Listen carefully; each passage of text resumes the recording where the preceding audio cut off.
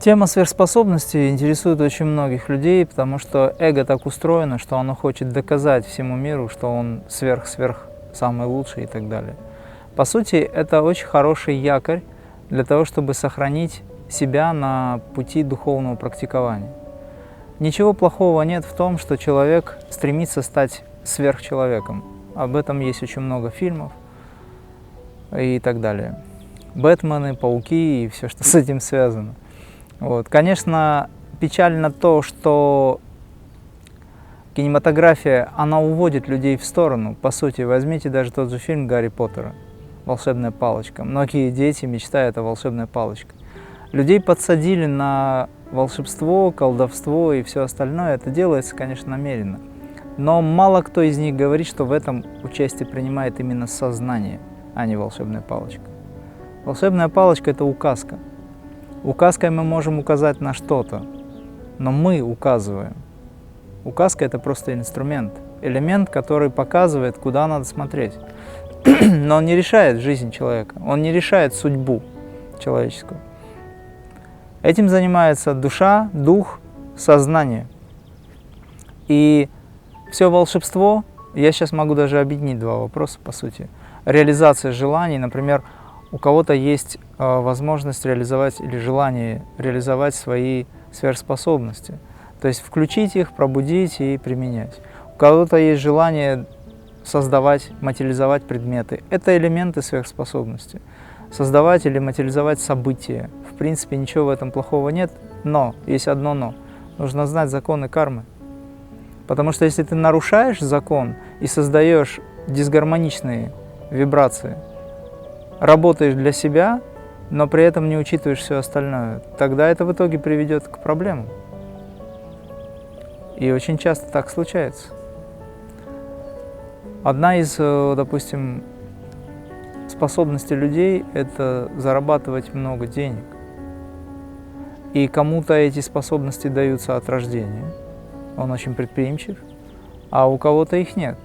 И есть целые школы, как правильно зарабатывать, как зарабатывать много и так далее. Это печально на это все смотреть, потому что, по сути, люди не понимают, что деньги – это энергия. И создавать какие-то способы или техники для того, чтобы привлечь больше денег, не думая о том, нужны ли они ему на самом деле, или что за этим стоит, хотя бы задуматься о том, почему у него нет денег.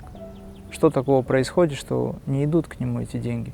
Тогда, получается, он использует какие-то особые техники, либо элементы, да, которые можно отнести к некоторым сверхспособностям, и начинает их применять, тем самым нарушая ритм, нарушая, допустим, то, что называется кармически обоснованным, да, чем-то, что является, собственно, кармически обоснованным. Он выходит, пытается обмануть карму, образно говоря.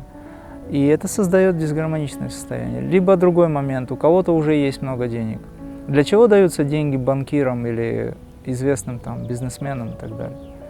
Для того, чтобы правильно их распределять среди остальных, потому что это ресурс, энергия, ему доверили этот ресурс. Но принцип «мне мое» – это алчность, это жадность, не позволяет человеку спокойно применить эту сверхспособность, правильно применить ее. Почему-то для людей сверхспособности – это летать над горами, там, не имея крыльев, быстро перемещаться в пространстве. А такие простые вещи, простые сверхспособности, которые в нашей жизни являются очень важными, например, делиться, выйти за пределы, иметь силы поделиться с кем-то, они не работают, потому что это его, он заработал, все остальные по боку.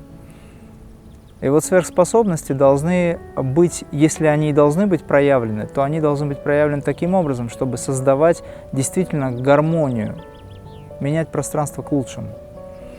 Но если говорить о каких-то очень сверхспособностях, то йоги, да, обладают этим качеством, но они не демонстрируют это. Как их развить? Очень просто. Нужно научиться фокусировать свою энергию в определенной точке, в идее. Направленная энергия на какую-то идею, направленная энергия, она позволяет реализовать эту идею, потому что достаточно мощная концентрация сознания, то есть это дхарана, который вызывает состояние дхьяны, позволяет человеку создать этот образ, либо кристаллизовать эту идею.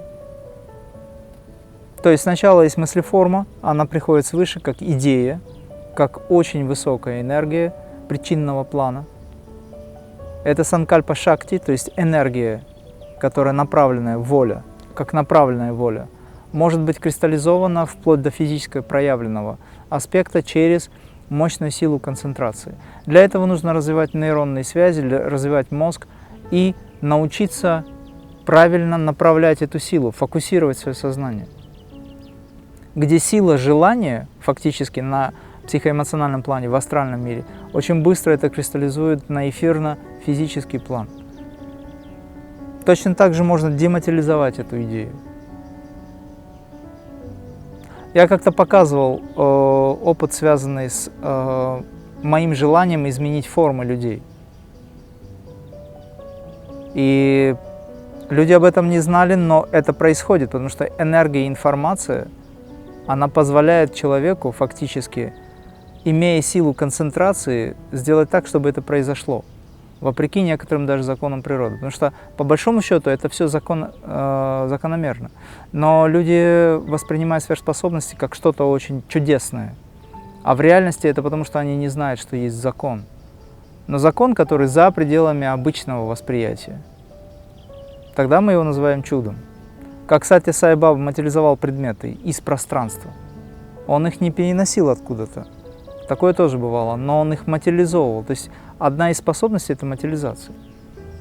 Она возникает из элементов атомов, из элементов пространства, из энергии, которые становятся атомами и в итоге становятся предметом. Тогда нужно знать удельный вес, нужно знать элементы, из чего состоит, как эта энергия работает, как она взаимодействует, каким образом она будет в итоге выражена.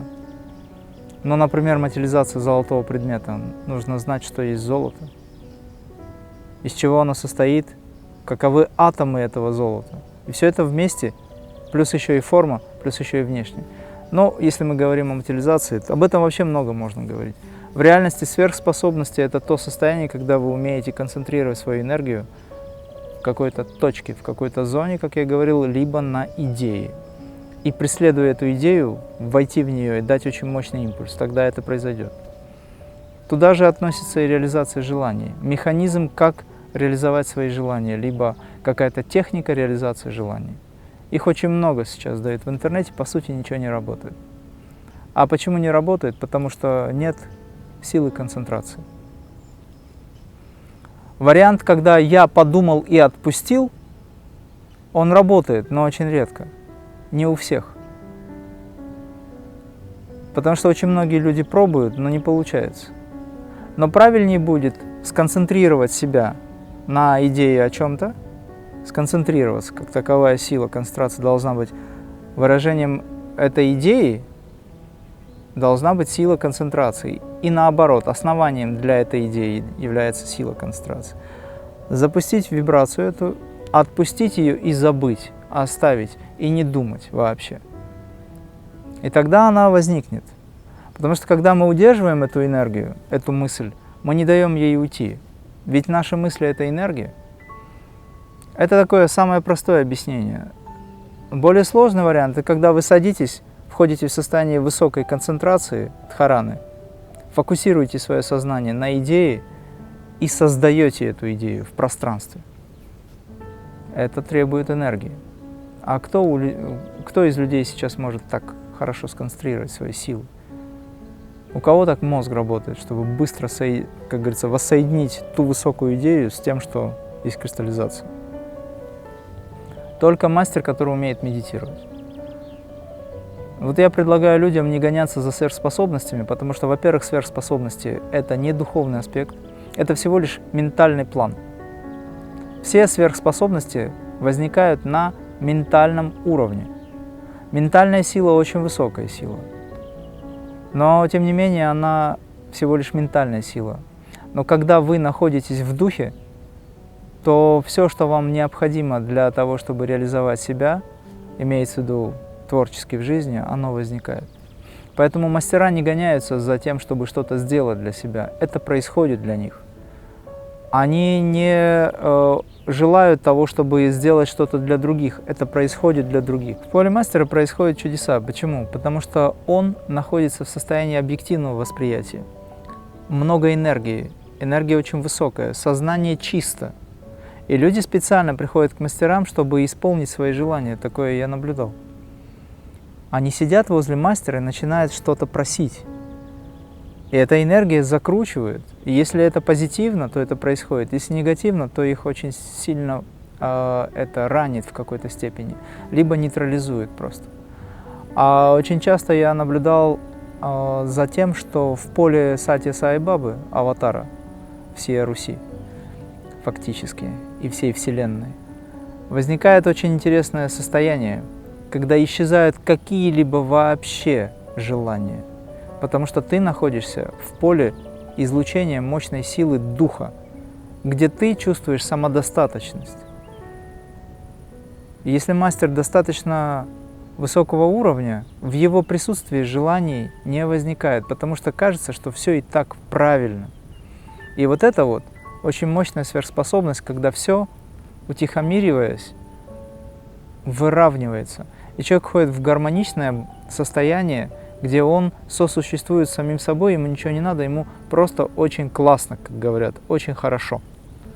Вот это состояние очень мощное, и в этом состоянии вы можете творить мир. Потому что когда вы не заинтересованы, не зацеплены, и у вас не вибрирует здесь так, вот мне быстрее бы хочется все это, тогда вы можете гораздо быстрее реализовать свои желания. Когда вы молитесь за мир, это быстрее происходит. Когда вы желаете всему миру здоровья, тогда вы сами остаетесь здоровы. Так вот, в поле мастера возникает ощущение вот этого чуда, настоящих святых, ощущение этого чуда. Почему? Еще раз. Потому что они являются хорошим проводником этой энергии. У них уже этот путь выстроен. Вы можете просто, находясь в этом поле, ощутить этот путь, этот поток, не заниматься меркантильным достижением меркантильных интересов, а именно переключить свое внимание на ощущение этого и научиться это чувствовать. Вот это благостное состояние позволит вам гораздо больше сделать для себя и для других, нежели если вы будете гоняться за техниками. Техник очень много. Еще раз говорю, они не работают. А если даже вы что-то делаете, знайте, что вы нарушаете кармический закон в какой-то степени. Вы должны быть уверены в том, что вы не забираете это откуда-то.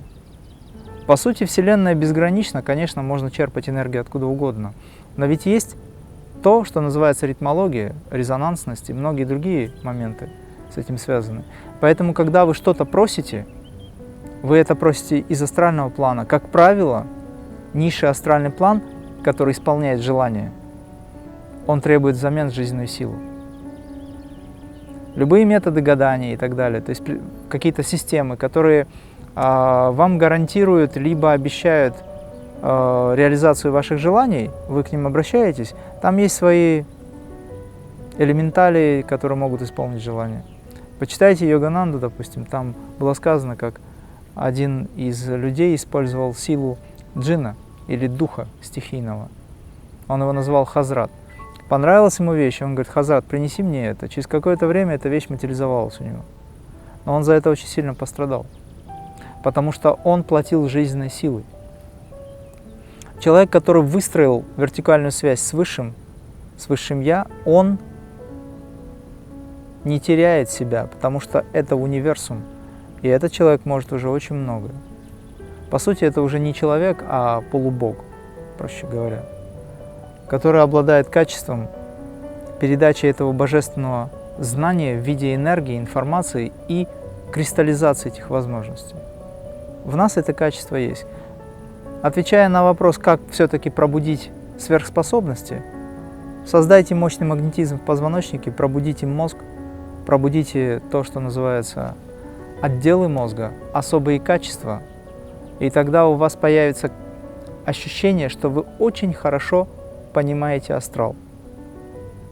А в астральном плане огромное количество всего, и вы можете оттуда это брать и реализовать в своей жизни.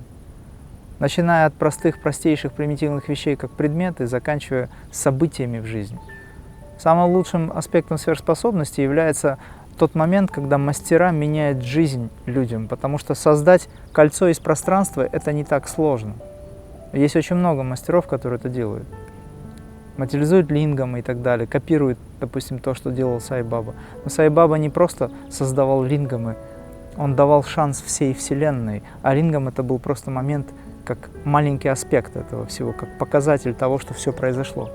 А есть люди, которые обладают магией сверхспособностей и мастера йоги, допустим, да, они создают предметы из пространства, из воздуха. Это не так сложно сделать, но попробуйте изменить жизнь, судьбу. Это достаточно сложно. Вот тот мастер, который обладает этим, это наиболее высокий уровень. Все остальное, оно как бы не является важным. Вот, собственно, что про сверхспособности.